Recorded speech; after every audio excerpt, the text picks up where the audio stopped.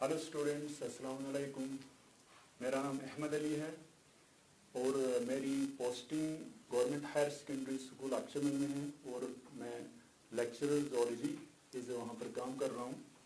तो आज हमने जो आपके सामने टॉपिक पेश करना है दैट इज़ वो है मेंस्ट्रुअल साइकिल।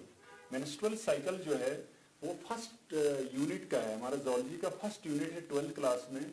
उसमें रिप्रोडक्शन एक यूनिट है, उसके अंदर मेंस्ट्रुअल साइकिल भी आता है। इससे पहले स्टूडेंट्स आपने पढ़ा है कि फीमेल रिप्रोडक्टिव सिस्टम कैसे होता है। मैं आपको एक रफ आइडिया देता हूँ।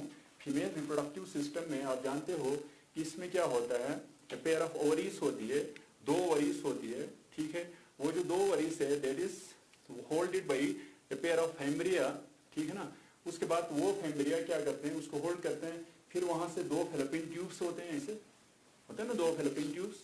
फिर वो फेलोपियन ट्यूब आगे जाके कहाँ मिलते हैं, यूट्रस के साथ, ठीक है। फिर यूट्रस नीचे सर्विक्स, सर्विक्स से बाहर वजाइना, ठीक है।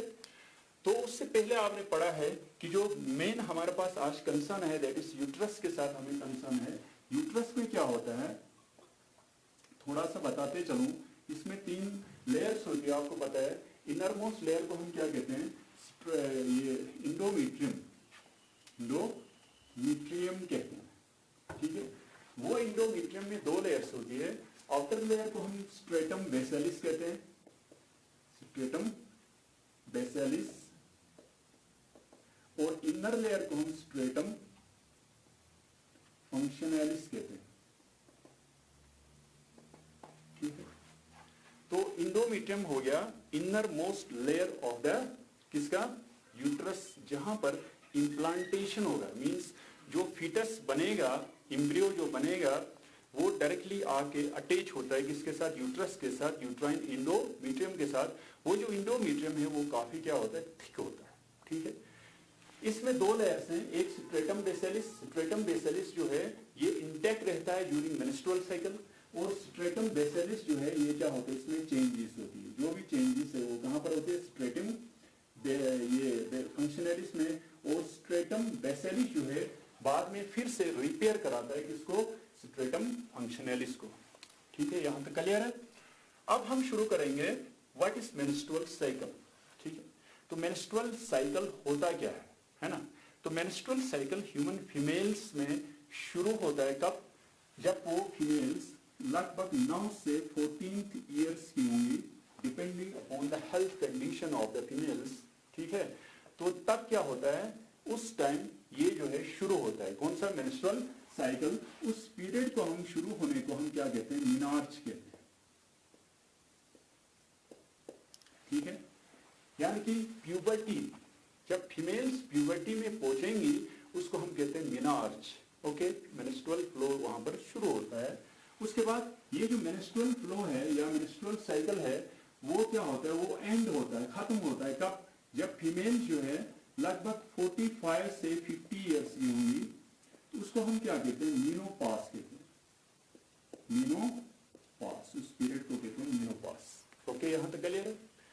तो अब हम बताएंगे व्हाट इज मेंस्ट्रुअल साइकिल, होता क्या है।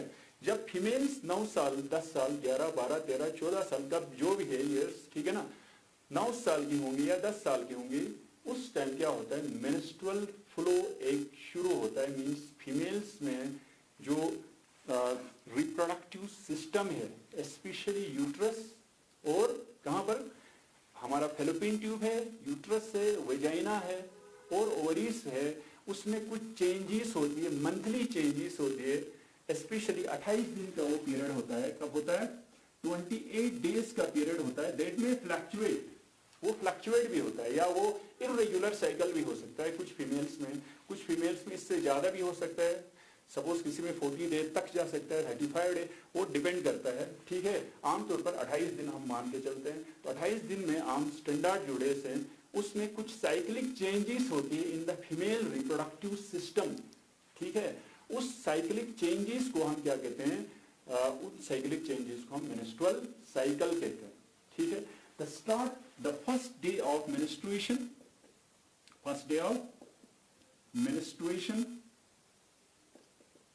टू द मेंस्ट्रुएशन या मेंस्ट्रुअल साइकिल, ठीक है, या menstruation to the next menstrual cycle या मेंस्ट्रुएशन, ठीक है, through the next menstruation is called, उसको हम क्या कहते हैं, इज कॉल्ड मेंस्ट्रुअल साइकिल, ठीक है। तो it is the series of cyclic changes that takes place in the female reproductive system is called menstrual cycle, ठीक है। ये जो menstrual cycle है इसमें क्या होता है, इसमें कुछ इवेंट्स होते हैं। फर्स्ट ऑफ ऑल पहला इसमें जो इवेंट होता है menstrual flow होता है, मीन्स वजाइना से menstrual flow means menstrual menses जिसको हम कहते हैं, ब्लीडिंग होता है। दूसरा इसमें जो होता है पीरियड, इसमें ओव्यूलेशन होता है, ठीक है। तीसरा क्या होता है इवेंट्स, जो एंडोमेट्रियल लाइनिंग में चेंजेस होती है, मीन्स वो इरोड होती है और दोबारा से बनती है।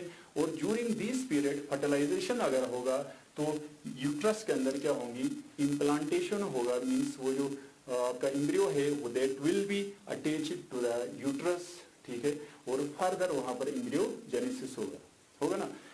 तो इसको हमने क्या किया है, डिफरेंट इवेंट्स में डिवाइड किया है, डिफरेंट फेजेस में डिवाइड किया है मेंस्ट्रुअल साइकिल को। तो पहला जो फेज होगा हमारे पास, डेट विल बी, वो फेज क्या होगा हमारा, that will be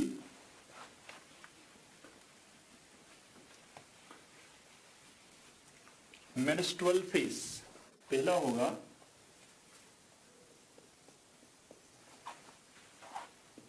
menstrual phase, या इसको हम कहते हैं मेंसिस, इसको हम क्या कहते हैं, मेंसिस। उस टाइम क्या होता है मेंस्ट्रुअल फेज के टाइम पे, यहाँ पर टोटल मैंने आपको डायग्राम में बताया हुआ है, रफ एक डायग्राम बनाया है। इस डायग्राम में दो एक्सिस हैं, एग्जाम्पल एक्स एक्सिस और वाई एक्सिस। एक में हमने दिखाया है कौन से डिफरेंट इवेंट्स होते हैं, और एक में total number of days of the cycle, that is 28 day cycle हमने दिखाया हुआ है यहाँ पर, ठीक है। तो फर्स्ट जो साइकिल का पीरियड है, फर्स्ट से थर्ड या फिफ्थ डे तक जो पीरियड है उसको हमने क्या कहा, उसको हमने कहा मेंस्ट्रुअल फेज, ठीक है। दूसरा जो पीरियड है दैट इज फिफ्थ से लेकर कौन सा डे तक, 13th डे तक, उसको हमने कहा फॉलिक्यूलर और प्रोलिफरेटिव फेज, और प्रोलिफरेटिव फेज कहा, ठीक है। इसी में ओव्यूलेशन भी होता है 14th डे में। तीसरा जो पीरियड दिखाया है दैट इज ल्यूटियल और सिक्रेटरी फेज। 3 फेसेस आपको हमने यहां पर बताना है, ठीक है।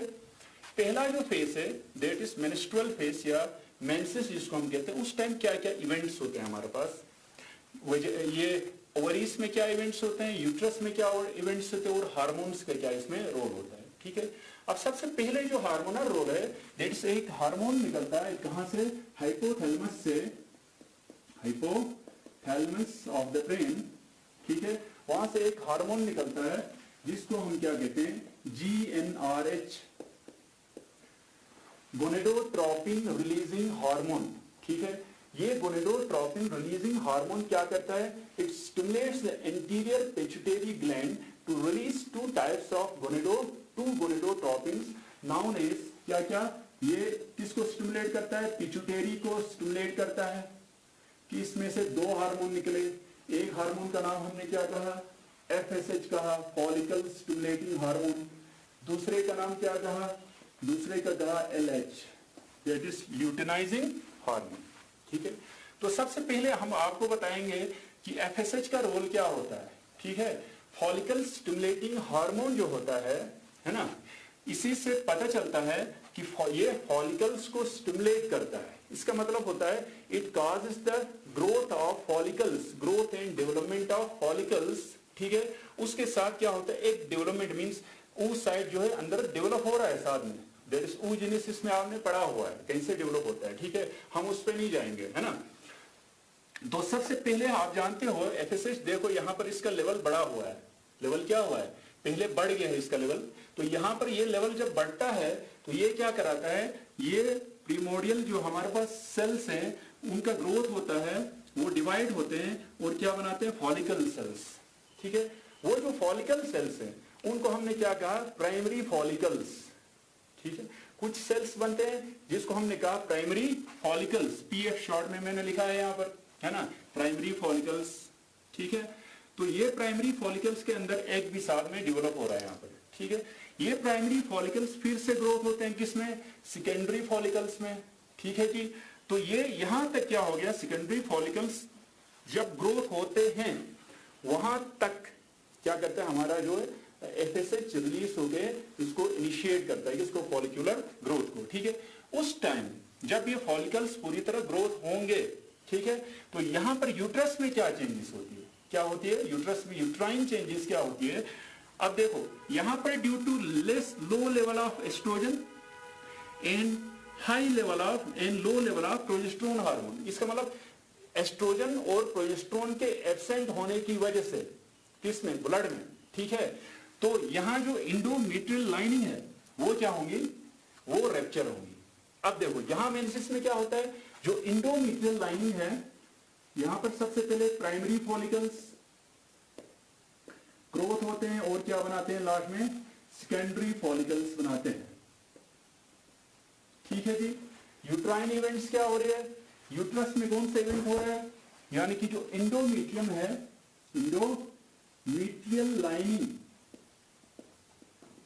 मैंने बताया इंडोमेट्रियम यूट्रस का, वो क्या होती है, वो इरोड होती है। वो क्या होती है, इरोड होती है, means erosion of endometrial lining takes place, that is degradation of endometrial lining takes place. ठीक है, कौन सा लाइनिंग, स्ट्रेटम फंक्शनैलिस, कौन सा, स्ट्रेटम फंक्शनैलिस। ठीक है, वो इरोड होती है एक। दूसरा जो ब्लड वेसल्स हैं वो पूरी तरह ड्राई हो जाती है, सूख जाती है, because of the lake of oxygen, वहां पर ब्लड सप्लाई कम होगा, सीधी सी बात है। ठीक है, उसकी वजह से क्या होंगी, ब्लड वेसल जो है पूरी तरह सूख जाएंगी, सूखने से ब्लड वेसल में यानी कि ऑक्सीजन का लेवल कम होगा, ब्लड कम होने से, तो इंडोमेट्रियल लाइनिंग में जो ब्लड वेसल्स हैं वो पूरी तरह क्या होंगी, रप्चर होंगी। ठीक है, तो ब्लड वेसल्स भी क्या होंगी, रप्चर होंगी। ठीक है, और म्यूकोसल एपिथेलियल लाइनिंग जो है, म्यूकोसल एपिथेलियल लाइनिंग है वो भी क्या होगी, वो भी इरोड होगी। ठीक है, जो म्यूकोसल लाइनिंग ऑफ इंडोमेट्रियम, ठीक है, दैट विल बी इरोडेड। अब यहां पर सिर्फ इंडोमेट्रियम का इरोजन नहीं होता है, बल्कि फिलिपिन ट्यूब का जो लाइनिंग है, म्यूकोसल एपिथेलियल लाइनिंग, ठीक है, या epithelial lining of Philippine tubes, वो भी क्या होगा, वो भी इरोड होगा। ठीक है, वो पूरी तरह डिग्रेडेशन होगा, पूरी तरह फट जाएंगी, वहां पर लाइनिंग्स पूरी तरह बाहर से निकल जाएगी। ठीक है, उसकी वजह से वहां से भी क्या होगा, म्यूकस निकलेगा। तो ये जो म्यूकस एपिथेलियल लाइनिंग है इसका इरोजन किसकी वजह से होता है, that is because of the absence of two hormones known as estrogen and progesterone hormone. ठीक है, तो ये एस्ट्रोजन प्रोजेस्टेरोन हार्मोन कम होने से यहां पर क्या हुआ, हमारा यहां पर ब्लीडिंग हुआ। ठीक है, क्या हुआ, ब्लीडिंग हुआ। ओके, तो मेंस्ट्रुअल फ्लो हुआ। मेंस्ट्रुअल फ्लो में क्या होता है, इसमें ब्लड होता है, उसको हम क्या कहते हैं, मेंस्ट्रुअल फ्लो या मेंसिस जिसको हम कहते हैं।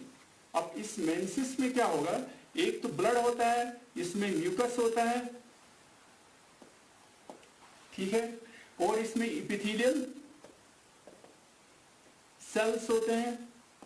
ठीक है जी, इसमें बहुत सारे इलेक्ट्रोलाइट्स होते हैं। ओके, और क्या होगा, इसमें कुछ ग्लाइको प्रोटीन्स भी होते हैं। ठीक है, इसको हम एक टर्म दे सकते हैं नाम, जिसको मेंस्ट्रुअल क्या कहते हैं, इसको मेंस्ट्रुअल फ्लूइड। मेंस्ट्रुअल ब्लड से बेहतर रहेगा मेंस्ट्रुअल फ्लूइड, क्योंकि इसमें 50% ब्लड होता है, बाकी जो दूसरे इंग्रेडिएंट्स है वो जो मैंने यहां पर बताया, मैं यानी कि एग्जांपल म्यूकस वगैरह, ठीक है, वो 50% होते हैं लगभग। ठीक है ना, तो दैट इज कॉल्ड, इसको मेंस्ट्रुअल फ्लो कहते हैं, या मेंस्ट्रुअल फेस हो गया हमारा पहले, या मेंसिस। दूसरा जो फेस है हमारे पास, दैट इज फॉलिक्यूलर फेस। दूसरा क्या है, फॉलिक्यूलर फेस, या इसको हम कहते हैं प्रोलिफरेटिव फेस। क्यों कहते हैं? अब यहां पर थोड़ा सा ध्यान देने की जरूरत है। यहां तक हमारा एफएसएच लेवल बढ़ गया था, यहां पर एस्ट्रोजन प्रोजेस्टेरोन लेवल पहले क्या था, कम था। ये जो फॉलिक्यूलर फेस है या प्रोलिफरेटिव फेस है, that extends from 5th to 13th day, 5th to 13th day. और इसमें क्या होता है, आप यहां पर पहले देखो, यहां एफएसएच लेवल जब बढ़ गया, ठीक है। दूसरा हमारे पास जो है ओवरियन चेंजेस क्या हो रही है, यहां तक सेकेंडरी क्या बना था, सेकेंडरी हमारे पास ये जो है फॉलिकल्स बने थे, ठीक है। उसके बाद टर्शरी फॉलिकल यहां पर बनता है। फिर ये जो फॉलिकल्स ये डिवाइड होते हैं फर्दर और टर्शरी फॉलिकल बनते हैं, ठीक है। टर्शरी फॉलिकल से फिर ये मेचर फॉलिकल बनता है, मींस फॉलिकल जो है पूरी तरह साइज में बढ़ जाता है, ग्रोथ होता है। मींस जो फॉलिक्यूलर सेल है डिवाइड होते हैं, बीच में केविटी बनता है, वो लिक्विड को एब्जॉर्ब करता है, ठीक है। उसकी वजह से फूल जाता है। क्या होता है, मेचर फॉलिकल, ग्रेफिन फॉलिकल्स पूरी तरह फूल जाते हैं और क्या बनाते हैं, ग्रेफिन फॉलिकल या मेजर फॉलिकल्स बनते हैं, ठीक है। इसका मतलब यहाँ पर first of all primary follicles कौन कराता है, एफएसएच जो है फॉलिक्यूलर ग्रोथ कराता है। आप पहले मैंने पढ़ा, ठीक है, पढ़ा है आपको। तो प्राइमरी फॉलिकल्स पहले बने थे और फिर सेकेंडरी बने थे, कहां पर, पहला फेस में, ठीक है। फिर फर्दर यहाँ इस फेस में क्या होता है, सेकेंडरी फेस, सेकेंडरी फॉलिकल के बाद ये जो मेचर फॉलिकल बनते हैं, मेचर और ग्रेफियन फॉलिकल्स बनते हैं, ठीक है। ग्रेफियन फॉलिकल्स में आप जानते हो उस टाइम एक का भी साथ में डेवलपमेंट होता है, जो एक oocyte बनता है अंदर, that is in the secondary oocyte stage, secondary oocyte stage, ठीक है। ये हो गया हमारा ओवरियन चेंजेस। उसके बाद हम जाएंगे सीधा इसी में यूट्राइन चेंजेस क्या होती है इसमें। यूट्राइन चेंजेस देखो 7th डे के बाद, ठीक है। इसको हमने कहा प्रोलिफरेटिव फेस। क्या कहा, प्रोलिफरेटिव फेस। यहां से आप देख सकते हो 7th डे के बाद एस्ट्रोजन का लेवल धीरे धीरे बढ़ता है। क्या होता है, एस्ट्रोजन का लेवल धीरे धीरे बढ़ता है। कौन बढ़ाता है, अब यहां पर जो हमारे ग्रेफिन फॉलिकल्स बन गए, मींस प्राइमरी, सेकेंडरी, टर्शरी, फिर ग्रेफिन, ये फॉलिकल जैसे जैसे बढ़ते जाते हैं वहीं से उसी टाइम एस्ट्रोजन का जो लेवल है वो भी बढ़ता है, ठीक है। एस्ट्रोजन सेक्रेशन जो है बढ़ता है। कौन सेक्रेट करता है, फॉलिकल्स जो है इसको सेक्रेट करते हैं, कहां पर, ओवरीज के अंदर, ठीक है। ये एस्ट्रोजन हार्मोन क्या कराएगा, यूट्रस में यूट्राइन इवेंट्स क्या होंगे, ये एस्ट्रोजन हार्मोन आप देख सकते हो इंडोमेट्रियल लाइनिंग, ये जो इंडोमेट्रियल लाइनिंग है, ठीक है, उसको ग्रो कराएगा, धीरे धीरे क्या कराएगा, उसका ग्रोथ होना शुरू होता है, ठीक है। इंडोमेट्रियल लाइनिंग रिपेयर होती है, समझ में आ रहा है। उसके बाद जो ब्लड वेसल्स है वो भी रिपेयर होती है, ठीक है, यानी कि वो पूरी तरह बनती है ना। तो मतलब वो सिक्रू शेपिड होती है, आमतौर पर हम कहते हैं सिक्रू शेपिड, वहां पर ग्लैंड्स होते हैं, इंडोमेट्रियल ग्लैंड्स, ठीक है।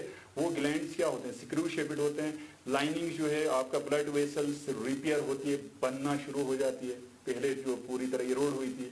इंडोमेट्रियल जो फंक्शनैलिस है, कौन सा, स्ट्रेटम फंक्शनैलिस से वो बनता है। कौन बनाता है, स्ट्रेटम बेसिलिस जो है स्ट्रेटम फंक्शनैलिस को बनाता है। इसका मतलब जो इंडोमेट्रियम है वो अब धीरे धीरे अपने आप को तैयार कर रहा है, किसके लिए, जो एक वहां से आएगा फर्टिलाइजेशन के लिए, उसके लिए अपने आप को इंडोमेट्रियम जो है तैयार कर रहा है, ठीक है। तो ये हो गया फॉलिक्यूलर और प्रोलिफरेटिव फेस। इसमें क्या होता है, इसमें पहले क्या कहते हैं, ओवरीज में फॉलिकल्स डेवलप होते हैं। फॉलिकल जब पूरी तरह डेवलप होंगे तो ये एक हार्मोन सेक्रेट करते हैं जिसको हमने कहा एस्ट्रोजन। क्या कहा, एस्ट्रोजन हार्मोन, ठीक है।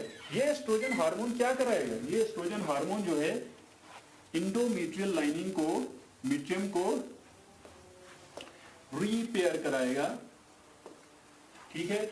यहां पर रिपेयर कौन होगा, और ब्लड वेसल्स भी रिपेयर होंगे, ठीक है। तो इंडोमेट्रियम क्या होगा, ग्रोथ होगा, इंडोमेट्रियम का पूरी तरह ग्रोथ होगा, ठीक है। यानी कि ये पूरी तरह अपने आप को तैयार कर रहा है फॉर द, किसके लिए, जो एक बाद में आएगा फर्टिलाइजेशन के बाद इम्प्लांट होगा, उसके लिए अपने आप को तैयार कर रहा है। तो इसका मतलब यहाँ ओवरियन चेंजेस, यहाँ पर यूट्राइन चेंजेस क्या क्या होते हैं मैंने आपको बता दिया, ठीक है। देन थर्ड बिहेव, नेक्स्ट हमारा क्या होगा, 14th डे में जब ये ग्रेफिन फॉलिकल पूरी तरह ग्रो होंगे, बढ़ जाएंगे, उसके अंदर लिक्विड जमा होगा, साइज बढ़ जाएगा, फूल जाएगा, उसके बाद ये क्या होता है, रप्चर होता है। ठीक है, क्यों रप्चर होता है? That is because of another hormone known as LH। ठीक है, अब तीसरा हमारे पास इसी टाइम एक हार्मोन है जिसको हम कहते हैं ल्यूटिनाइजिंग हार्मोन LH। ठीक है, ये क्या करते हैं, ये मेनी फोल्ड, बहुत मतलब मेनी टाइम्स इसका लेवल जो है बढ़ता है। ठीक है, कब बढ़ता है? लगभग 2 days बिफोर 14th डे। कब? 2 days बिफोर ओव्यूलेशन, 2 दिन पहले, ओव्यूलेशन से 2 दिन पहले इसका लेवल जो है पूरी तरह बढ़ता है। ठीक है, जब ये 18 आवर्स तक, यानी कि इस ओव्यूलेशन से 18 आवर्स पहले क्या होता है, इसका जो लेवल है वो हाईएस्ट सर्च होता है, मींस हाईएस्ट लेवल तक पहुंचता है, उसको हम कहते हैं LH सर्च। क्या कहते हैं? LH surge. ठीक है, अब due to the cumulative effect of both FSH and that of LH, ठीक है, LH और FSH दोनों का लेवल जब पूरी तरह बढ़ता है यहां पर,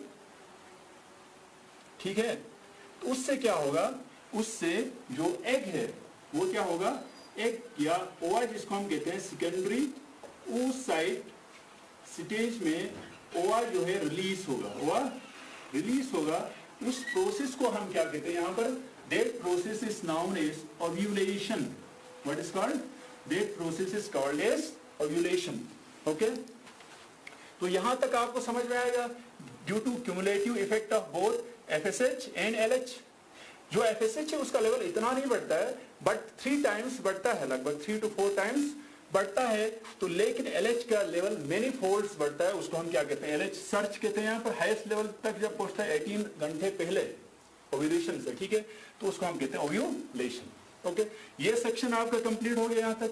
उसके बाद नेक्स्ट सेक्शन हम जाएंगे, दैट इज कॉल्ड, अब इस पीरियड को जहां पर ओव्यूलेशन होता है उसको हम ओव्यूलेटरी फेस भी कह सकते हैं। क्या कहते हैं उसको? ओव्यूलेटरी फेस भी कह सकते हो आप। ठीक है जी। Then we have third section, that is luteal और सेक्रेटरी फेस। तीसरा फेस क्या है? ल्यूटियल और सेक्रेटरी फेस। ठीक है, तो ल्यूटियल और सेक्रेटरी फेस में होता क्या है, आप खुद अंदाजा लगा सकते हो। पहला जो हार्मोन यहां पर रिलीज हुआ था, कौन कौन सा? FSH हार्मोन और LH, उनका लेवल पिट्यूटरी से रिलीज हुआ था, उनका लेवल अब क्या होता है, धीरे धीरे कम होता है। क्या होता है? उनका लेवल कम होता है। ठीक है, कम होने की वजह से यहां पर जो आपका ग्रेफियन फॉलिकल था, यानी कि वो रप्चर हुआ था ना, फिर ओव्यूलेशन मींस एग यहां पर रिलीज हुआ था 14th डे में। अब जब ये ग्रेफियन फॉलिकल के अंदर एग बाहर रिलीज होगा तो उसके अंदर क्या होता है, एक येलो बॉडी बनता है जिसको हम कहते हैं कॉर्पस ल्यूटियम। जो बचा कुचा ग्रेफियन फॉलिकल है वो क्या बनाता है, यहाँ पर कॉर्पस ल्यूटियम बनाता है। ठीक है, अब आप साथ में यहाँ पर देख सकते हो कि इसकी वजह से जो ओवरियन हार्मोन का लेवल क्या हो रहा है। ठीक है, इसमें एक ये कॉर्पस ल्यूटियम एक और हार्मोन रिलीज करता है, यहाँ देखो आप, जिसको हम कहते हैं प्रोजेस्टेरोन हार्मोन। ये प्रोजेस्टेरोन हार्मोन का लेवल यहाँ क्या हो रहा है, बढ़ रहा है। ठीक है जी, ये बढ़ने की वजह से क्या होगा, अब ये बढ़ने की वजह से हम डायरेक्टली यहाँ पर आएंगे यूट्राइन इवेंट्स में। जो यूट्रस है, यूट्राइन इंडोमेट्रियल लाइनिंग है, वो क्या होंगी, वो फर्दर ग्रोथ करेंगे। ठीक है, तो मेन इसका काम क्या होगा, प्रोजेस्टेरोन का मेन काम होता है maintenance of endometrial lining for the implantation of egg या ओवा। ठीक है, जो फर्टिलाइज्ड एग है उसको इम्प्लांट करने के लिए ये इंडोमेट्रियल लाइनिंग को मेंटेन रखता है, उसका ग्रोथ को मेंटेन रखता है। ठीक है, यानी कि फर्स्ट ऑफ ऑल ये इसका थिकनेस बढ़ाएगा इंडोमेट्रियल लाइनिंग का। कौन सा लाइनिंग? स्ट्रेटम बेसिलिस का। ठीक है, दूसरा क्या होगा इसमें, जो आपका ब्लड वेसल्स हैं, ठीक है, वो फर्दर क्या करेंगे, रीअपियर करेंगी। पहले इरोड हुई थी, पूरी तरह फट गई थी ब्लड वेसल्स, अब वो फिर से रिपेयर होना शुरू कर दिए। ठीक है, तो उसकी वजह से इंडोमेट्रियल लाइनिंग जो है थिक होती है, पूरी तरह मोटा हो जाता है इंडोमेट्रियल लाइनिंग। ठीक है, उस प्रोसेस को हम कहते हैं that is called hypertrophy of endometrium. क्या कहते हैं? Hypertrophy of endometrium. मैं शॉर्ट में यहां पर लिखूंगा, दैट इज कॉज्ड बाय, कौन कराता है, hormone known as what, progesterone. Progesterone which is secreted by, कौन सेक्रेट करता है इस प्रोजेस्टेरोन को? कॉर्पस ल्यूटियम, ठीक है। तो मैंने शॉर्ट एक टर्म लिखा है आपको, hypertrophy of endometrium, that is endometrial lining पूरी तरह मोटा होना, थिक होना, ग्रोथ होना और रिपेयर ऑफ ब्लड वेसल्स, ठीक है। अब नेक्स्ट हमारा क्या होगा यहाँ पर, आप देखो, अब कॉर्पस ल्यूटियम जब तक है तब तक ये पूरी तरह जो है कौन सा हार्मोन, प्रोजेस्टेरोन हार्मोन रिलीज हो रहा है। अगर यहाँ पर प्रेगनेंसी हुआ, प्रेगनेंसी इन केस हुआ, तो उस टाइम ये जो प्रोजेस्टेरोन हार्मोन का लेवल है ये पूरी तरह बढ़ते जाएगा, क्या होगा, बढ़ते जाएगा, ठीक है। In case if the fertilization doesn't takes place, what will happen, क्या होगा उस time, the corpus luteum will degenerate, याद रखो, उसका क्या होगा, वो श्रिंक हो जाएगा, पूरी तरह श्रिंक हो जाएगा, मींस उसका साइज जो है कम हो जाएगा, छोटा होगा। उस प्रोसेस को उस टाइम क्या बनता है, एक और हमारे पास बॉडी बनता है which is known as corpus albicans. Corpus albicans is also known as white body, उसको हम क्या कहते हैं, व्हाइट बॉडी, कॉर्पस एल्बिकेंस, ठीक है। उस टाइम क्या होगा, कॉर्पस एल्बिकेंस बढ़ेगा, तो सीधी सी बात है यहां जो हमारा कॉर्पस ल्यूटियम बना था उसका लेवल कम होगा, क्या होगा, कॉर्पस ल्यूटियम यानी कि जो बना था वो क्या करेगा, प्रोजेस्टेरोन का लेवल को डाउन करेगा, पूरी तरह हो रहा है ना डाउन, ठीक है। अब ये जब ये डाउन होगा, एस्ट्रोजन का लेवल भी कम हो रहा है, लास्ट में प्रोजेस्टेरोन का लेवल भी कम हो रहा है, ठीक है। तो उससे क्या होगा, फिर एक साइकिल नया शुरू होगा। अब यहां पर सोचने की बात है, ल्यूटियल या सेक्रेटरी फेस इसको हम क्यों कहते हैं, luteal because of the corpus luteum, corpus luteum, ठीक है, विच सेक्रीट्स प्रोजेस्टेरोन हार्मोन। सेक्रेटरी फेस क्यों कहते हैं, जब ये इंडोमेट्रियल लाइनिंग पूरी तरह रिपेयर होगा, मींस वहां पर आपका इंडोमेट्रियम थिक होगा, for example blood vessel repair होंगे, और वहां पर जो ग्लैंड्स हैं, कौन से ग्लैंड्स, इंडोमेट्रियल ग्लैंड्स हैं, इंडोमेट्रियल ग्लैंड्स हैं, वो भी पूरी तरह रिपेयर होंगे, ठीक है। वो स्क्रू शेपिड होते हैं, स्क्रू होता है ना हमारा, तो उसकी तरह स्पाइरल शेपिड, स्प्रिंग की तरह उनका जो साइज है वो बढ़ते जाता है, फिर वो एक फ्लूइड सिक्रेट करते हैं, वहां पर क्या करते हैं, ये इंडोमेट्रियल ग्लैंड जो है लिक्विड सिक्रेट करते हैं, ठीक है। इसीलिए इसको हम क्या कहते हैं, सेक्रेटरी फेस कहते हैं। अब वो लिक्विड का रोल होता है, बाद में क्या करता है, ये जब प्रेगनेंसी होगा उसको मेंटेन रखने के लिए, उसके अंदर मॉइस्चर मेंटेन रखने के लिए, लुब्रिकेशन रखने के लिए, लुब्रिकेट करके रखने के लिए इसका काम होता है, किसका, फ्लूइड का काम होता है, ठीक है। इसीलिए इसको हम सेक्रेटरी फेस भी कहते हैं, ठीक है। अब जब यहां पर एस्ट्रोजन का लेवल, प्रोजेस्टेरोन का लेवल दोनों डाउन होंगे, तो उस टाइम क्या होगा, due to low level of progesterone, तो नेक्स्ट जो साइकिल है दैट इज नेक्स्ट मेंसेस फिर से यहां पर शुरू होगा, ठीक है। तो होप आपको यहां तक समझ में आया होगा। Thank you very much.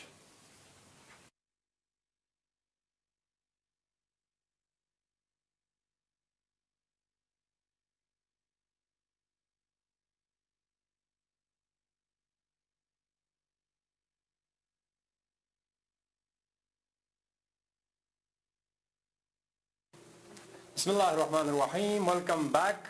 I'm Mumtaz Hussain. Today we will going to discuss the exercise of the chapter number 3, pair of linear equation in two variable. Okay. अब जो है एक्सरसाइज हम 3.1 से लेके एक्सरसाइज 3.6x करने जा रहे हैं। ध्यान ये रखिएगा, इंटायर एक्सरसाइज में हर एक एक्सरसाइज की कुछ क्वेश्चंस को ही मैं लूंगा, बाकी सारे आपको करनी है, ठीक है। ऐसे मैंने 3.1 लिया, सपोज इसमें अगर 3 क्वेश्चन है तो मुझे यही करना है, बाकी आपको ही करना होगा, ठीक है। तो इससे आपकी स्पीड भी बढ़ेगी, आपकी थिंकिंग प्रोसेस भी बढ़ेगी, और जो चीज आपको समझ में नहीं आया वो आप आराम से पूछ सकते हैं, ठीक है। मैंने अपना नंबर दे रखा है, you can ask any time, okay. अब हमें आते हैं एक्सरसाइज 3.1 पे, ठीक है। तो आपके पास, सबके पास बुक है, ठीक है। तो एक्सरसाइज 3.1 का पहला जो क्वेश्चन है, तो ये कहता क्या है, Aftab tales his daughter 7 years ago I was 7 times as old as you were then. Also 3 years from now I shall be 3 times as old as you will be. Isn't this interesting? Exactly. Represent the situation graphically, represent the situation algebraically and graphically. ठीक है। अब देखिए, ये जो चीजें बातें होती हैं, एक फादर है और एक उसकी बच्ची है, दोनों आपस में कुछ बातें कर रही हैं। फादर जो बता रही है, देखो बच्ची, जब आप 3 साल की थी तो मैं कितने साल का था, ठीक है, जब आप अभी जो हम हैं उसके मान लो 3 साल बाद मैं कितने साल का होगा, आप कितने साल का होएगा। तो ये बातें चल रही हैं। अब इस बातों को हमें क्या करनी है, अलजेब्रिकल एक्सप्रेशन देनी है और ग्राफिकल एक्सप्रेशन करनी है इससे, ठीक है। तो ये अक्सर आपके घरों में होता होगा चीजें, ठीक है। तो हम करेंगे क्या, देखिए हमें यहाँ पे 2 एज है, एक है आफ्ताब के एज है, दूसरा क्या है उसके डॉटर के एज है, ठीक है। हम करेंगे, सपोज हम करेंगे साहब क्या कि आफ्ताब का जो एज है, मान लीजिए आफ्ताब का जो एज है वो x है, ठीक है। मान लीजिए, लेट अज्यूम कीजिए कि आफ्ताब जो है, आफ्ताब एज यानी प्रेजेंट एज की बात हुई है, अभी की एज की बात हुई है। आफ्ताब प्रेजेंट एज जो है वो x है, ठीक है, एंड हिज क्या है, डॉटर, ठीक है। उसकी जो बच्ची है, मान लीजिए इसका जो एज है वो है y, ठीक है। तो 2 एज है, एक आफ्ताब, दूसरा उसका डॉटर है। अब अकॉर्डिंग टू क्वेश्चन पहले क्या बता रखा, 7 years ago I was 7 times as old as you were then, ठीक है। 7 साल पहले मैं जो है आपकी जितनी एज थी उसकी 7 times ज्यादा थी मेरी एज, है, समझ में आया। ये अगर बच्चे का जो एज है 10 साल है तो 7 times हुआ 70 हुआ, ठीक है। तो करेंगे क्या, अकॉर्डिंग टू क्वेश्चन जो पहला सिचुएशन हमारे पास दे रखी है, अकॉर्डिंग टू क्वेश्चन हमारे पास क्या है सर, अकॉर्डिंग टू क्वेश्चन आपके पास पहला चीज जो बता रही है, आफ्ताब का जो 7 साल पहले, 7 years ago, 7 years ago, ठीक है, 7 साल पहले की बात हो रही है। 7 साल पहले आफ्ताब का एज क्या होगा, अभी जैसे मेरा एज 25 है तो 7 साल पहले क्या होगा, 25 - 7 करनी है, ठीक है। आफ्ताब का एज अभी x है तो 7 साल पहले क्या होगा, x - 7 होगा, राइट। तो ये होगा सर x - 7। रिलेशन क्या दे रखा है कि 7 साल पहला मेरा जो एज था वो आपके 7 times था, आपका जो एज था उससे मेरा 7 times था। अब बच्ची का जो एज है वो y है प्रेजेंट, 7 साल पहले क्या होगा भाई, 7 साल पहले y - 7 होगा, राइट। अब क्वेश्चन क्या बता रही है, बच्ची की जो एज है उसकी 7 times करो तो जो है फादर का एज बनता है। तो यह हमारे पास पहला इक्वेशन आया, clear. x - 7 is equal to 7y - 7, clear है। अब आगे बात हो रही है, ऑल्सो 3 years फ्रॉम नाउ, आज के 3 साल बाद, अभी मेरा जो है जैसे मान लो 2020 है, 2020 में सपोज मैं 25 साल का, तो 3 साल बाद क्या होगा, 25 + 3 करेंगे, 28 करेंगे, राइट। तो आफ्ताब का एज क्या होगा, x + 3, डॉटर का एज क्या होगा, y + 3, ठीक है। तो ये ऐसा according to question, after what sir, after 3 years from now, 3 years from now, 3 साल बाद क्या रहेगा सर, तो 3 साल बाद का जो बात है वो यहां पर हम जो इक्वेशन है वो लिखने की कोशिश करेंगे। 3 साल बाद जो है आफ्ताब का एज होगा सर x + 3, बच्ची का जो है सर y + 3, और क्या बता रहा रिलेशन क्या इन दोनों में कि 3 times ज्यादा है, तो ये दूसरा इक्वेशन है, राइट।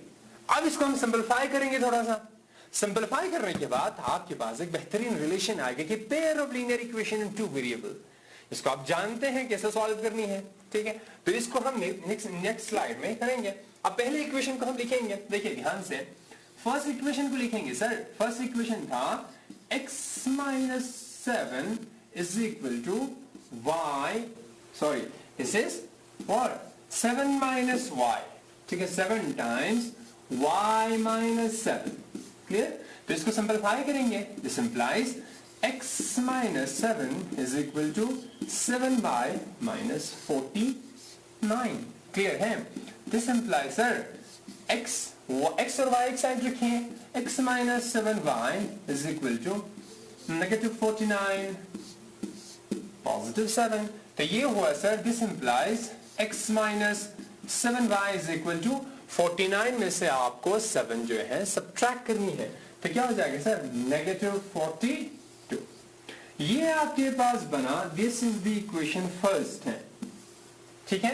इसी तरह आपके पास सर दूसरा इक्वेशन था, दूसरे इक्वेशन को भी आप लिख सकते हैं। दूसरा इक्वेशन क्या था आपके पास, x + 3 is equal to 3 times y + 3, clear. इसको सिंपलीफाई कीजिए, सर ये x plus 3 is equal to 3y plus 9 क्यों? ये हम यूज करते हैं डिस्ट्रीब्यूटिव प्रॉपर्टी। इस 3 को y से भी मल्टीप्लाई करें, 3 को 3 से मल्टीप्लाई, 9 हो गया। अब यहां से बना आपका x plus 3 is equal to 3y minus 9। अब क्या करें आप इंटायर इसको इधर ले आइए, किसको? जो y है इसको इधर ले आइए, तो x minus 3y is equal to 9 minus 3। आपके पास क्या है सर इक्वेशन में? यहां पे लिखता हूं इक्वेशन, सेकंड इक्वेशन ये हुआ sir x minus 3y is equal to 9 में से 3 या तो 6। तो this is the equation second. ठीक है, अब हमें सॉल्व करनी है। अलजेब्रिकली हमने लिख दी भाई, ये this is the algebraic expression. x minus 7y is equal to negative 42 and x minus 3y is equal to 6। अगर इसमें कुछ गलतियां तो आप लेट मी नो। आप इसको सॉल्व करने हैं आपको ग्राफिकली, ठीक है? तो ग्राफ बनाइए। ग्राफ बनाओगे आप क्या sir? This is the linear pair equation, linear, this is the what? Linear equation in two variable. This is also linear equation in two variable. It represents a line. It also represents a line. तो ये जो दो line है या तो intersect करेगी या parallel या क्या रहेगी? कोइंसाइड। अब आप चेक करें क्या रहेगी, ठीक है? आपको खुद को चेक करनी है, ठीक है? आई होप यहां तक आपको समझ में आ गया होगा। अब 2 क्वेश्चन और हैं, वो क्वेश्चन आपको खुद करनी है, ठीक है? नेक्स्ट आप जाते हैं sir, next we will move to the exercise 3.2। अब एक्सरसाइज 3.2 पे जाइएगा, ध्यान से देखिए। एक्सरसाइज 3.2 में बहुत सारे क्वेश्चन है, क्वेश्चन नंबर 1, 2, 3 बहुत सारे हैं, ठीक है? अब आपको इसमें देखिए, पहला क्वेश्चन आप खुद करिएगा, ठीक है?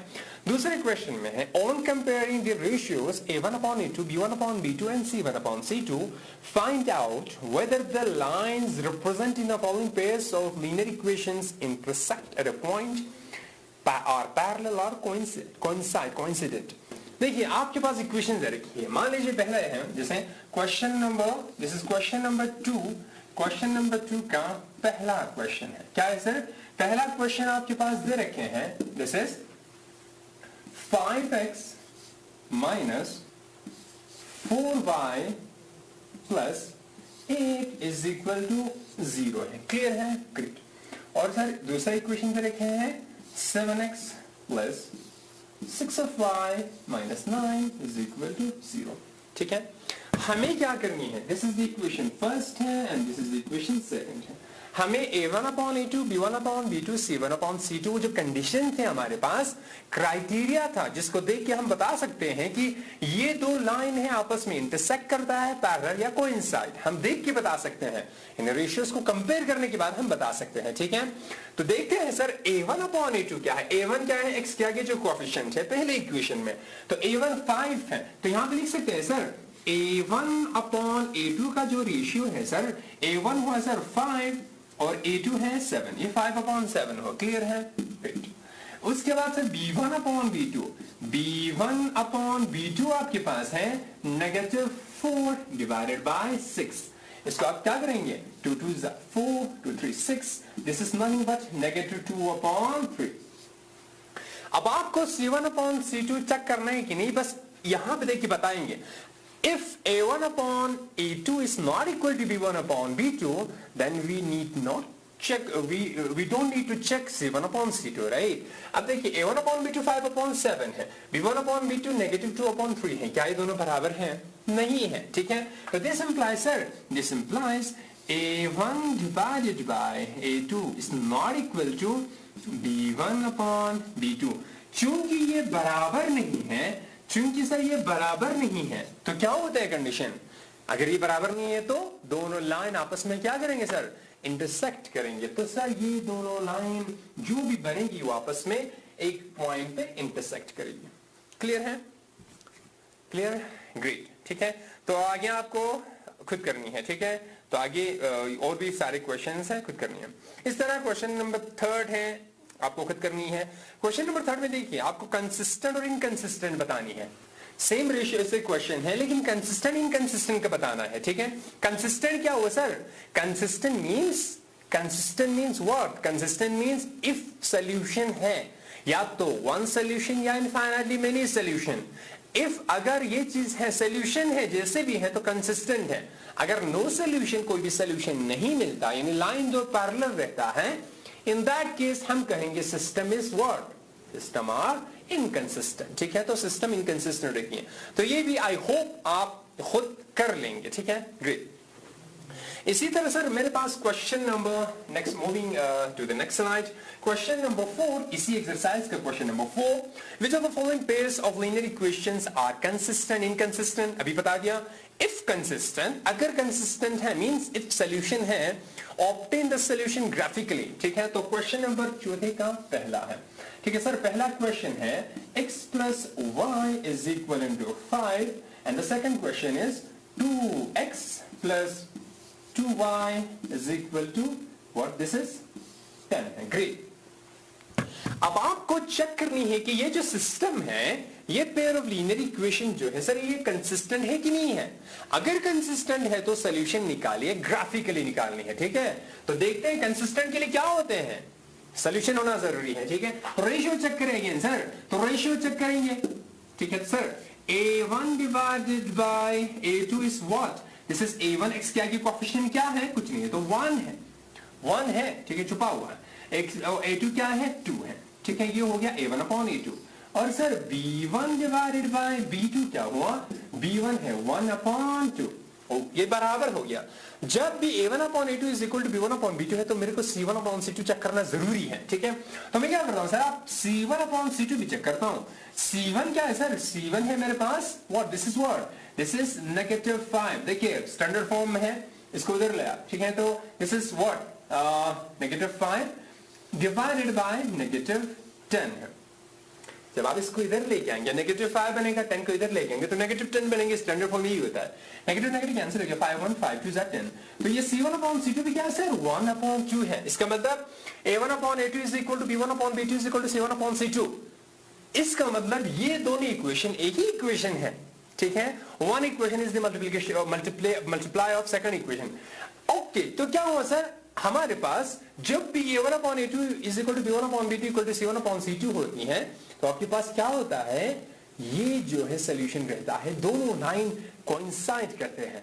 ठीक है, इनफाइनाइटली मेनी सोल्यूशन रहता है, इनफाइनाइटली मेनी सोल्यूशन। तो सिस्टम क्या है सर, कंसिस्टेंट है, कंसिस्टेंट सिस्टम है। क्यों, क्योंकि सोल्यूशन है, सोल्यूशन क्या है, इनफाइनाइट है। अगर इनफाइनाइट सोल्यूशन है, मेरे को ग्राफिकली निकालनी है वो सोल्यूशन क्या है। ठीक है, तो ग्राफिकली मेरे को सोल्यूशन बतानी है। ठीक है, तो बहुत सिंपल है sir, x plus y is equal to, if x plus y is equal to 5 है तो पहले इसका बनाएंगे। ठीक है, तो सिंपल सा है, यहां पे बनाएंगे हम ग्राफिकली, हम ऐसे बॉक्स बनाते हैं। ठीक है, यहां पे मेरे पास x है, यहां पे y है। अगर आप x को 0 रखते हो, ये खत्म हो गया, तो y क्या हुआ सर, x 0 है तो y हुआ 5। ठीक है, तो x 0 हुआ तो y हुआ साहब 5 है। ठीक है, x 0 है तो y 5 है, तो x 0 y 5, x 0 sir y 5। if we put y 0, अगर y 0 पुट करते तो x क्या हुआ, 5 है। पहला ये पॉइंट आया पहले इक्वेशन का। ठीक है, ग्रेट। अब आप जाते हैं सर, मेरे पास दूसरा भी तो एक इक्वेशन था, क्या था वो, this is the 2x plus 2y is equal to 10। इसको कैसे बनाएंगे, अगेन बना लीजिए, कोई बात नहीं। ठीक है, ठीक है, तो यहां से कर लेते हैं, x है y है। ठीक है साहब, तो x रखिए 0। जब आप x को 0 रखते हैं तो क्या हुआ sir, 2y is equal to 10। देखिए मैं इधर लिखता हूं ना, x 0 हुआ तो 2y इज इक्वल टू 10 हुआ, linear equation in one variable. तो y क्या हुआ, y 10 अपॉन 2, 2 1 2 2 5 10, तो y हुआ 5। ठीक है, क्लियर है, ये सबको मालूम हुआ। ठीक है, ग्रेट। अब मेरे पास है y 0 पुट करें, जब आप y 0 पुट करते हो 2x इज इक्वल टू 10, तो x इक्वल टू क्या हो जाएगा, 5। ठीक है, दोनों बॉक्स में लगभग वैल्यू सेम आया। ठीक है, जब आप ग्राफ बनाएंगे, ग्राफिकली आप ग्राफ बनाते हो, ठीक है, तो कुछ यहां पे जीरो से वैल्यूज रखेंगे, कुछ आप यहां पे रखेंगे वैल्यूज। ठीक है, कुछ आप रखेंगे यहां पे वैल्यूज। ओके, तो we'll have some values over here, it's okay, great। ठीक है, तो जैसे यहां पे 0 हुआ, यहां पे 1 है, 2 है, this is 3 4 5 है, राइट। और यहां पे आपके पास है दिस इज 1 2 3 4 एंड 5 है, ठीक है। पहला पॉइंट क्या है 0,5, x0 to y 5 है, x0 to y 5 है, यहाँ पे पॉइंट है, ठीक है। तो दूसरा कलर लीजिए, सपोज ये वाला पॉइंट है, x5 है y0, x5 है y0 है, तो ये वाला लाइन हुआ, क्लियर है। अब यहां पे आइए, सेम है, मैं दिखाना चाह रहा कोइंसाइड कैसे करता, ठीक है। मेरे पास दूसरा कलर लेता हूं मैं, x0 है y5 है, तो ये वाला पॉइंट अगेन ये देखो कोइंसाइड कर रहा दोनों लाइन, ठीक है। तो सॉल्यूशन है, कंसिस्टेंट है और ग्राफिकली आपके पास कोइंसाइड करा, ठीक है। Great. Moving to the next slide, moving to the next word exercise. बाकी जितने भी एक्सरसाइज है आपको खुद कर, एक्सरसाइज के सारे क्वेश्चन आपको खुद करनी है, ठीक है। Okay, exercise 3.3, exercise 3.3 question number 1 देखिए, obtain solve the following pair of linear equation by substitution method. Substitution method बहुत इजी था, ठीक है। सब्स्टिट्यूशन मेथड में क्या करनी है sir, x plus y is equal to, if 14 है और यह sir x minus y is equal to 4 है, सब्स्टिट्यूशन में क्या करनी है, या तो पहली इक्वेशन को लेनी है या तो दूसरी इक्वेशन को लेनी है, one variable in terms of other को लिख के जिस इक्वेशन को आपने यूज नहीं किया उसमें पुट अप करनी है, ठीक है। जैसे मैं करता हूं सेकंड इक्वेशन को यूज, यहां से मैं लिख सकता हूं x is equal to y plus 4 लिख सकता हूं, ठीक है। तो जो आपके पास आया उसको आप इक्वेशन थर्ड लिखिए, ठीक है। उसके बाद x के जगह पे सेकंड इक्वेशन को चूंकि यूज किया, फर्स्ट को यूज नहीं किया, x की जगह पे फर्स्ट इक्वेशन में y प्लस 4 लिखनी है, बहुत सिंपल सा है। तो y प्लस 4 लिखेंगे किसमें सर, y प्लस 4 आपको लिखनी है, x की जगह पे रिप्लेस करनी है y प्लस 4, तो ये हुआ sir this is y plus 4 plus y। अब आप इसको आराम से सॉल्व कर सकते हैं, y प्लस y क्या होगा sir, y plus y is 2y, this is sir 2y plus 4, ठीक है। अब 2y plus 4 is equal to 14, linear equation in one variable, 4 को उधर ले जाइए, सॉल्व करें, y की वैल्यू निकालिए, y की वैल्यू निकालने के बाद इक्वेशन थर्ड में पुट करें, x की वैल्यू निकल जाएगी, वही आपका क्या है, सॉल्यूशन है। सब्स्टिट्यूशन मेथड ऐसे ही है, या आप पहले इक्वेशन को भी यूज करके कर सकते हैं, ठीक है। ग्रेट। अब आपके पास इसमें देखें क्वेश्चन नंबर थर्ड है, क्वेश्चन नंबर थर्ड का जो है, मान लीजिए सेकंड पार्ट है सर, सेकंड पार्ट डिस्कस कर रहा, we are discussing second part.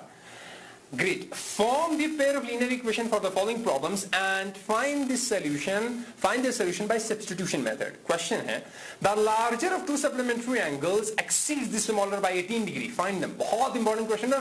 देखिए इसमें आपको दो कंडीशन नहीं दे रखा, लेकिन सप्लीमेंट्री जैसे बताया आपके पास एक इक्वेशन बन जाती है, ठीक है। वो कह रहा कि दो सप्लीमेंट्री एंगल हैं, ठीक है, एक जो है दूसरे से 18 डिग्री ज्यादा है। अब सप्लीमेंट्री एंगल क्या होती हैं, वो एंगल सर जिनका सम क्या हो, एग्जैक्टली क्या हो, सप्लीमेंट्री एंगल क्या होती हैं, सम होती हैं 180 डिग्री, ठीक है। तो हम लिखेंगे sir let x and y be the two supplementary angles, ठीक है, टू सप्लीमेंट्री एंगल्स हैं। तो दिस इंप्लाइज सर सप्लीमेंट्री जैसे कहा आपके पास x plus y is equal to 180, that's it, पहला इक्वेशन बन गया। अब दूसरे इक्वेशन में क्या रहा, एक जो है दूसरे से ज्यादा है 18 डिग्री, कोई भी मान सकते हैं, या x को मानो या y को मानो, अकॉर्डिंग टू क्वेश्चन सिचुएशन क्या दे रखी है सर, मान लीजिए x जो है y से 18 डिग्री ज्यादा है, ये दूसरा कंडीशन है। अब इसी दूसरे कंडीशन के बारे में बात हो रही थी, ये दूसरे कंडीशन, इसको आप कर सकते हैं sir x minus y is equal to 18 degree, equation second है। सब्स्टिट्यूशन मेथड से आप इन दोनों इक्वेशन को सॉल्व कर सकते हैं, ठीक है। Moving to the next slide, next exercise, बाकी आप खुद से कर लीजिएगा, आई होप हो जाएंगे। एक्सरसाइज 3.4 है, ठीक है, exercise this is 3.4। Solve the pair of equation by elimination method as well as substitution method. Elimination method से भी करनी है, substitution method से भी करनी है, बहुत सिंपल सा है, वो आप खुद करिएगा। 3.1 के पहला जो क्वेश्चन है खुद करनी है, दूसरा क्वेश्चन भी बहुत सिंपल सा है, खुद करना है। दूसरे का पहला हमने कल करा था, डिस्कस करा था, ठीक है। दूसरे को दूसरा करिएगा। देखिए 5 years ago Nuri was thrice as old as Sonu, ये वाला क्वेश्चन आप खुद से करेंगे। तो एक्सरसाइज 3.4 में ऐसा कोई उतना हार्ड क्वेश्चन नहीं है, कोई बात नहीं, हार्ड भी हो तो आपको खुद ट्राई करनी है, ठीक है। याद रखना है हमें elimination method, substitution method, graphical method, जितना हो सके, जितने आप जानते हैं सबको अप्लाई करके जाएंगे, ठीक है। Exercise 3.5, moving to exercise 3.5। Again इसमें आपको क्या करनी है, which of the following pair of linear equation has unique solution, no solution, or infinitely many solution? In case there is a unique solution, find it by using cross multiplication method. ठीक है, जैसे sir पहला question x minus 3y minus 5 is equal to 0 है, great, minus 3 है sir, ठीक है, कोई issue नहीं, माइनस 3 हो 5 हो फर्क नहीं पड़ता, ठीक है, ठीक है। दूसरा है sir 2x plus y is equal to 5 है, ठीक है। ये स्टैंडर्ड फॉर्म में नहीं, इधर लेके आइएगा स्टैंडर्ड फॉर्म में बन जाएंगे। हमें बतानी है कि इसका यूनिक सोल्यूशन है या नो सोल्यूशन है, इनफाइनली मेनी सोल्यूशन। जब भी आपको ये तीन चीजें पूछता है, ठीक है, तो हमें a1 अपॉन a2 वो जो कंडीशन है उसको चेक करनी है, ठीक है। तो आप चेक करें सर, कोई बात नहीं, चेक करें। a1 अपॉन a2 का जो रेशियो है सर 1/2 है, a1 1 है, a2 2 है, ठीक है। b1 अपॉन b2 क्या है सर, दिस इज -3/1 है। अब जैसे ही a1 upon a2 is not equal to b1 upon b2 है, तो हमें बतानी है, यहां पर रुकनी है, चूंकि बराबर नहीं है तो यूनिक सोल्यूशन है, ठीक है। तो यहां पे लिख सकते हैं आप since what a1 upon a2 is not equal to b1 upon b2, बराबर नहीं है तो क्या हुआ, यूनिक सोल्यूशन है। तो यूनिक सोल्यूशन है तो आप निकालिए किससे, क्रॉस मल्टीप्लिकेशन। क्रॉस मल्टीप्लिकेशन जो मेथड है वो सिर्फ यूनिक सोल्यूशन के लिए ही यूज होती है। तो आप आराम से क्रॉस मल्टीप्लिकेशन के थ्रू इस क्वेश्चन को कर सकते हैं, ठीक है। तो क्रॉस मल्टीप्लिकेशन में we have already discuss what is cross multiplication. उसमें होता क्या सर, आपको कुछ नहीं करना, b1 b2 लिखनी है पहले। b1 आपके पास है -3, b2 आपके पास है 1, c1 आपके पास है -3, c2 आपके पास है -5, a1 आपके पास है 1 है, a2 है आपके पास, a2 आपके पास 2 एंड b1 b2 आपको लिखनी है -3, 1, ठीक है। उसके बाद क्या करेंगे, उसके बाद आपको लिखनी है यहाँ पे x है, इधर के बीच में y, फिर 1 है, क्रॉस मल्टीप्लाई, इन दोनों को मल्टीप्लाई करेंगे, क्रॉस मल्टीप्लाई यही होती है। उसके बाद आपको इन दोनों को मल्टीप्लाई करनी है, ठीक है। के बाद बहुत सिंपल सा सोल्यूशन निकल जाएगा, x डिवाइडेड बाय, जब आप इन दोनों को करते हो तो कोई नेगेटिव साइन नहीं है, तो 3 5 15 नेगेटिव पॉजिटिव 15 हुआ। लेकिन जब आप इन दोनों को करते हो यहां से उधर तो नेगेटिव लग जाती है, फॉर्मूले का नेगेटिव है, -3 यहां पे है, नेगेटिव पॉजिटिव 1 है, नेगेटिव ये भी पॉजिटिव 3 1 3, फिर यहां से जाएगा सर y, ठीक है। y के लिए क्या करेंगे, इन दोनों को मल्टीप्लाई करेंगे, और y के लिए हाँ इन दोनों को 3 2 6 तो -6। उसके बाद यहाँ पे नेगेटिव पॉजिटिव 5 1 5, फिर 1 डिवाइडेड बाय 1 1 1, नेगेटिव पॉजिटिव 6, ठीक है, आराम से हो गया। फिर x divided by 15 3 18, y divided by -6 positive 5 positive 1 divided by 7। Compute करें, x upon 18 is equal to 1 upon 17, तो यहां से आप आराम से लिख सकते हैं, ठीक है। तो यहाँ सोल्यूशन क्या हो जाए, x is equal to 18 upon 7, y is equal to 1 upon 7, ठीक है, ग्रेट। तो एक्सरसाइज ये 3.5 आपका, हाँ एक्सरसाइज 3.5 का जो दूसरा क्वेश्चन है, पहला और दूसरा, पहला और दूसरा बहुत इंपॉर्टेंट क्वेश्चन है, आपको खुद से ट्राई करनी है इसको, ठीक है। जब आपको आपसे ये होगा कि नहीं कर पाएंगे देन कमेंट करिएगा, अगर हो जाते तो कोई इश्यू नहीं है, अगर नहीं होगा तो कमेंट करिएगा, we will discuss on that also, ठीक है। Exercise 3.6 which is like exercise 3.6 में equation reducible to pair of linear equation in two variable, ये वाला क्वेश्चन था, ठीक है। जैसे बहुत सिंपल सा सर, आपके पास एक इक्वेशन है इस टाइप का है, पहले का पहला 1 upon 2x plus 1 upon 3y is equal to 2 है, ये पहला इक्वेशन है। एंड दूसरा इक्वेशन है सर आपके पास 2 upon this is okay, this is 2 upon नहीं, this is 1 upon, this is 1 upon 3x plus 1 upon 2y is equal to 13 upon 6, ठीक है। अब हमें बनानी है इसको pair of linear equation in two variable. यहां पे देखिए, यहां पे ध्यान से देखिएगा, मैं कलर चेंज कर रहा, ठीक है। ये यहां पे भी 1 अपॉन x है, यहां पे भी 1 अपॉन x है, यहां पे भी 1 अपॉन y है, यहां पे भी 1 अपॉन y है, ठीक है। जो कोएफिशिएंट है वो अलग अलग है, 1 अपॉन x का कोएफिशिएंट क्या है, 1 अपॉन 2 1 अपॉन 3 है। तो जो कॉमन चीज है हम मानते हैं सर, मान लीजिए 1 अपॉन x को आप p मानते हो एंड 1 अपॉन y को जो आप q मानते हो, तो ये इक्वेशन रिड्यूस क्या होगा, ये क्या बन जाएगा, 1 अपॉन x को आपने p माना तो इक्वेशन रिड्यूस, ये इक्वेशन क्या रिड्यूस होंगे, 1 अपॉन 2 के बदले आप क्या लिखेगी, p अपॉन 2 हो गया। और ये क्या इक्वेशन रिड्यूस हो जाएगा सर, दिस इज, इसको हटाइए, कि ये हो जाएगा आपके पास दिस इज Q/3 हो जाएगा।